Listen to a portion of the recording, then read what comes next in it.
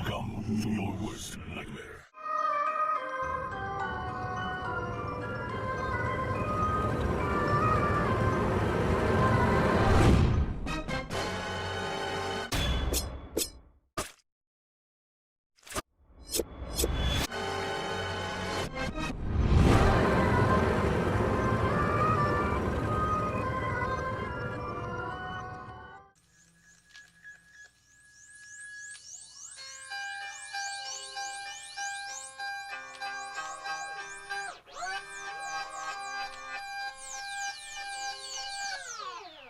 What is up, guys? Welcome back to my channel. Thank you for joining me today.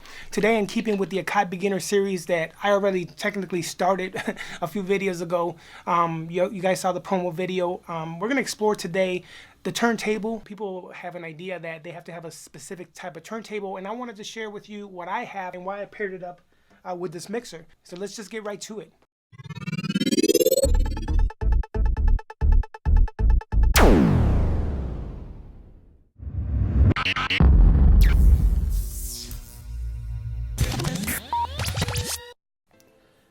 Alright guys, so this is the turntable that I chose for myself. This is just strictly my opinion. If you were to ask me what type of turntable you could pick up to go along with the MPCX, again, we're dealing with beginners here. And if you have the funds available, this is the turntable that I would choose. And really, any turntable that has these functions, you can't go wrong with, to be quite honest with you, for what you're trying to do. But I chose this one because of functionality, because it was strong, sturdy, nice, heavy turntable. And I'm going to walk you through some of the things that I like about it. It's an Audio-Technica LP1240 USB direct drive professional turntable. So this model right here, I really like it. You don't have to overthink this process. Listen, if you don't have the funds available to buy something like this, don't sweat it. Any thrift store, any pawn shop, a good solid turntable, you can pick up anywhere cheap, and you can just do what you gotta do with the MPCX. This is not about having to have this turntable specifically to sample or to do anything that I'm about to show you. A lot of this can be done within the MPCX by using the plugins that it has already there available and the functions that it have. So let's dive into this, and I'll tell you why I really enjoy this turntable and why I like sampling from it. For one, of course, you got, plain and simple, you got the on and off button right there. No sweat. You got the start and the stop function right there. You have the 33, 45, and if you click on both, you get 75, which I have a few of those that I picked up. Really old little small records. So let's move over here. Okay, you got your disco light right there. All right, kind of so you can see where your cue is at night if you're DJing. Obviously, this is what comes in handy for something like that. I don't use it, but I like looking at it. What can I say? And then this thing right here, I really like a lot. This is the torque on how fast this will stop.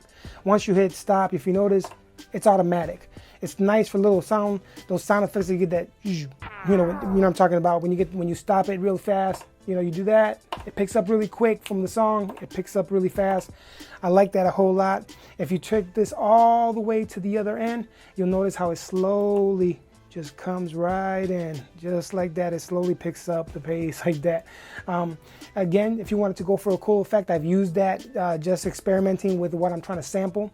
So I really like that function. And the same thing goes over here. If you press stop here, if you put this all the way up, if you notice, it takes a long time for it to come to a stop.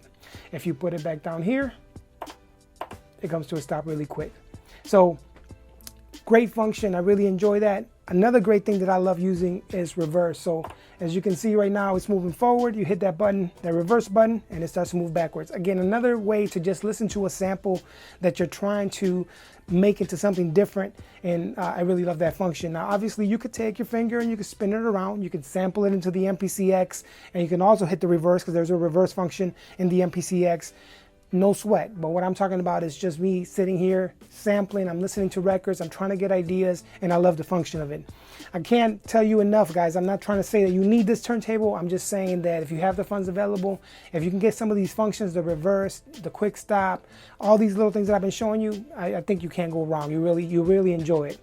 All right. Next function is the pitch control, right?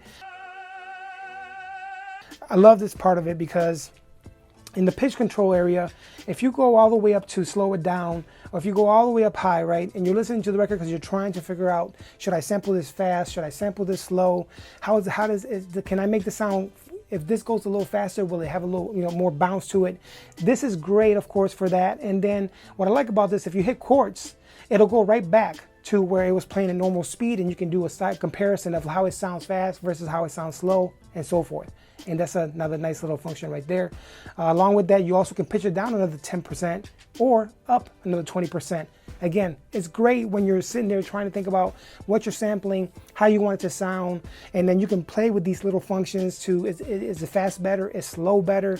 Those are the kind of things that I really like about this turntable. As I'm listening to records, I don't have to run it through the MPCX first. I can just listen to the record and then go ahead and decide if I'm going to pitch this up, pitch it down, and so forth, or play it backwards. All right, so let's move on to the mixer. I will say this again, I am not saying that you need a mixer. This is the way that I wanted to have my setup, and if you have the funds available, do your damn thing, right? Now, the reason why I like the X123 is just merely for, you got your typical fader, volume control and all these little functions. The main reason is, well, for one, I have a background as a DJ, so for me, being able to, every once in a while scratch and keep up with that, and I just enjoy that, right? This is just what I love to do. It's part of how I grew up. So being able to get on the turntable and scratch a little bit and have that practicing and use it in some of my music, I enjoy that part. But the main reason why I like the mixer was because it has this filter functions, and if you hit the filter function right here, you can actually filter the high pass filter or use the low pass filter, and then of course it goes from 20 hertz to 20 kilohertz, and so then you can really thin out that sound, or you can really take out the high end and really listen to that sample and shape it out and say, man, I really like this bass part, or I really like this high end part, but I don't like the bass in the background, and you can start to mess with that and take it out. If you use the resonance up here on top, you can really shape that sound out to have like a different effect. Also giving you more possibilities of taking that sample and trying to make it your own, because essentially, right, as people that sample like we do, we want to make it our own, and that's exactly what we're trying to do here. So this is the setup that I have for myself. If you don't have the funds to get this, don't sweat the technique. Don't sweat the technique. Honestly, any thrift store will have a nice little used turntable that you can pick up, and you don't have to worry about all that. All right, guys, I hope you found that informative. Thank you for watching. I appreciate every one of you. Don't forget to subscribe, hit that like button, share, get notified. And on the next video, we're going to get into how I hook up the turntable with the mixer, and then we're going to get into some chopping in standalone mode for all you that have been asking that. You are. All right, I appreciate every one of you. Love you guys. Stay tuned.